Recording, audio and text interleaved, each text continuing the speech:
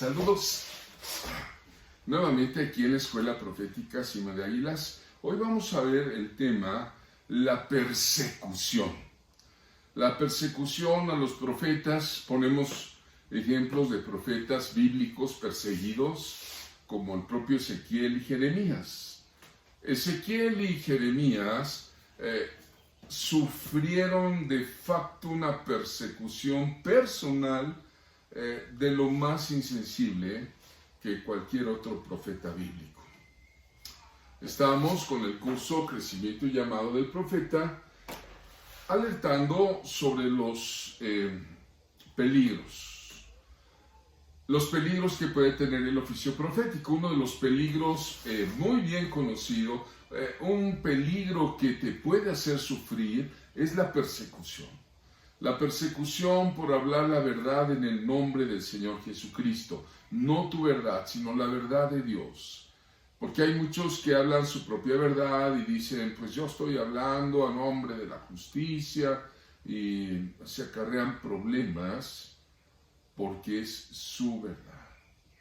Jesús dice, bienaventurados seréis cuando por mi nombre os persigan y os vituperen por causa de mí. Si es por tu causa, tú te metiste en problemas. Pero si es por causa de Dios, Dios te respaldará. Hablaré de esto. Las profecías de Jeremías, de Ezequiel, siempre fueron contradichas. Aún el pueblo se levantó en contra de ellos, más que con la mayoría de todos los profetas. Encontramos a Ezequiel. Dios le dice, no les temas. Fíjate las palabras del Eterno al oído de Ezequiel. No les temas, ni tengas miedo de sus palabras, aunque te hallas entre zarzas y espinos, y moras con escorpiones, no tengas miedo de sus palabras, ni temas de ellos, porque son casa rebelde. Ezequiel es el hijo de un sacerdote que sirve a los cautivos en Babilonia. El profeta y su pueblo son judíos, son extranjeros. Ellos están en Babilonia, una tierra extraña, gobernada por un gobierno autoritario. Y Ezequiel debe de haber tenido unos 30 años, la edad normal del sacerdocio, cuando Dios lo llama a ser sacerdote y profeta sobre todo. Y lo primero que el Señor le dice es, no les temas. Ezequiel tiene una responsabilidad muy fuerte de darle un mensaje al pueblo de parte de Dios. Es un pueblo cautivo, mal agradecido e injusto. Eso sucede cuando un profeta está en medio de un pueblo rebelde. A veces el Señor nos llama para que anunciemos su palabra con fe en medio de personas poco amables o en medio de personas que aparentemente te reciben, pero en cuanto te das la vuelta te hieren por la espalda. Esto sucede como parte del oficio profético. Si tú eres un profeta en formación, de antemano te lo digo, ¿verdad? Lo mismo le pasó a Jeremías. Jeremías, él es un profeta preexílico, ¿no? Ezequiel es exílico, están en el exilio, pero Jeremías es antes del exilio.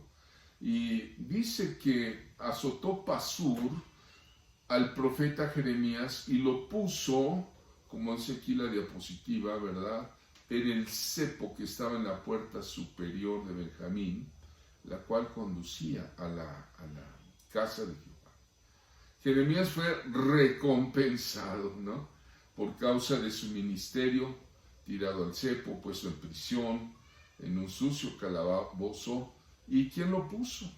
Pasur, un hombre de gobierno, un príncipe que quería tener a su cargo al pueblo, mantener el orden del templo. Jeremías les decía la verdad de Dios, que había pecado en el pueblo e iba a venir un juicio, y que era mejor que fueran sencillos, humildes, se sometieran en cierta forma al régimen babilónico para no perder sus vidas, pero Pasur lo mandó castigar, ¿verdad? Y Pasur decía, este hombre es un cobarde, cuando realmente era un siervo de Dios que había oído la voz de Dios y quería lo mejor para su pueblo, ¿no? A veces una verdad profética va a incomodar, pero nuestra reacción hacia ella va a mostrar de qué estamos hechos, ¿verdad?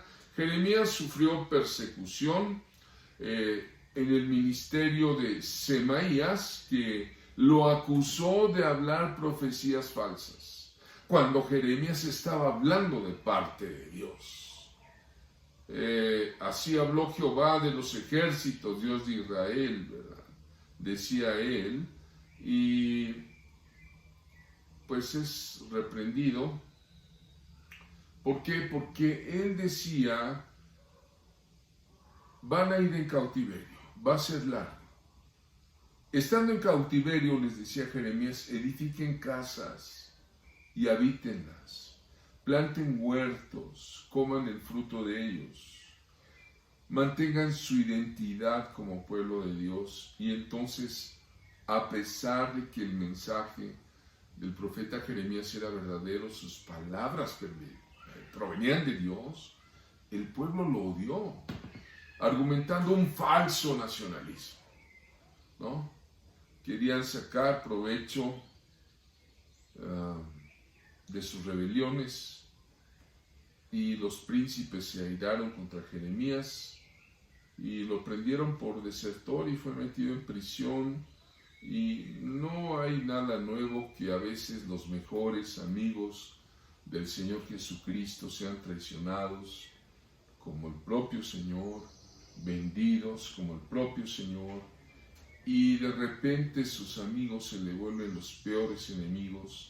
No te preocupes, profeta, si hablan mal de ti por causa de decir la verdad de Dios. La verdad de Dios siempre te va a sostener. Personalmente he recibido críticas, persecución, señalamientos por causa de este oficio. No me quejo, bendigo a Dios. He recibido serias campañas de desprestigio, diciendo es un falso profeta, y han dicho cuánta cosa, porque he tocado los intereses de personas que están en puestos pastorales, sociales, y no les gusta que se les diga una verdad incómoda. Eso le pasó a Ezequiel y le pasó a Jeremías, le pasó al Señor, le pasó a Pablo, le pasó a Pedro, y muchos fieles testigos de Dios han sido puestos en prisión, expulsados de iglesias, difamados. A Jeremías lo echaron en una cisterna. Cuando un profeta entra en una cisterna, es un agobio, es una opresión, es un sufrimiento, es un buscar, ¿por qué me pasa a mí esto? ¿Verdad? A Jeremías le pusieron el profeta llorón, porque escribió Lamentaciones, pero pues ¿cómo no iba a llorar? ¿Cómo no, si había una situación tan adversa, tan vil en su contra? Gracias a Dios que, clamando a Dios, es el que dijo, clama a mí. Nos enseñó esa promesa, clama a mí, y yo te responderé, y te enseñaré cosas grandes y ocultas que tú no conoces. Seguramente en la cisterna él clamó al Señor con todo su corazón, y el Señor levantó a un negrito, a un etíope, Melech, y fue ante el monarca y le dijo, majestad, estos hombres han echado al profeta Jeremías en una cisterna, eso es un crimen. El monarca, aunque era un pusilánime, sabía en el fondo que el profeta venía de parte de Dios y lo mandó sacar, hermano. Así se acabó lo que hoy derechos civiles llamaría una desaparición forzada. La desaparición forzada. Allá en Ginebra, estaba leyendo en el año 1992 ante la ONU, se legisló en contra de las desapariciones forzadas. Es uno de los valores más profundos para proteger los derechos humanos. Así es la vida profética. En el año 2002 que fui a Israel, pude ir a la prisión de Cristo en Jerusalén. Es un lugar que está custodiado, ustedes pueden ver aquí la foto, custodiado por la Iglesia Ortodoxa griega.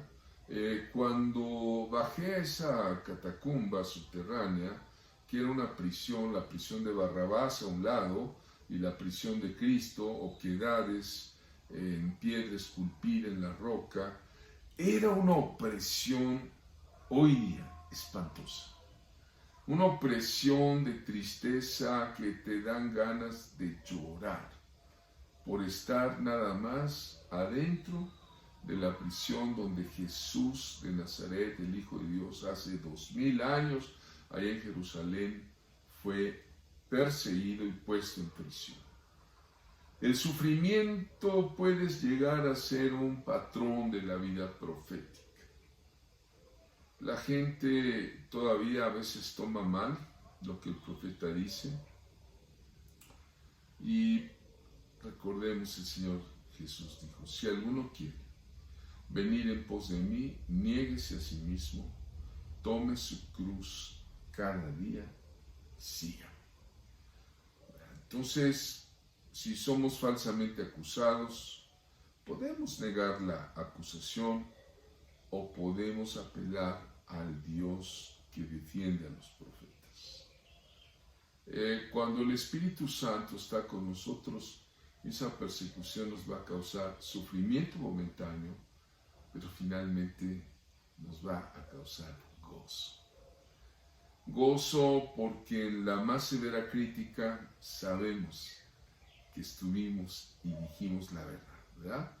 Dice 2 de Timoteo 3:12 que todos los que quieren vivir piadosamente en Cristo Jesús padecerán persecución.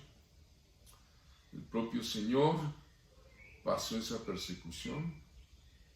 Él es el profeta de profetas.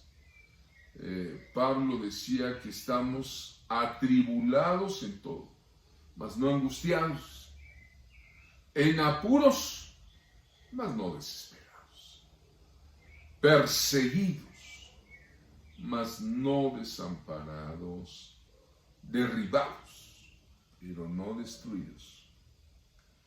Así que todos los que quieren moverse proféticamente, sepan, amados hermanos y hermanas, que puede venir la persecución.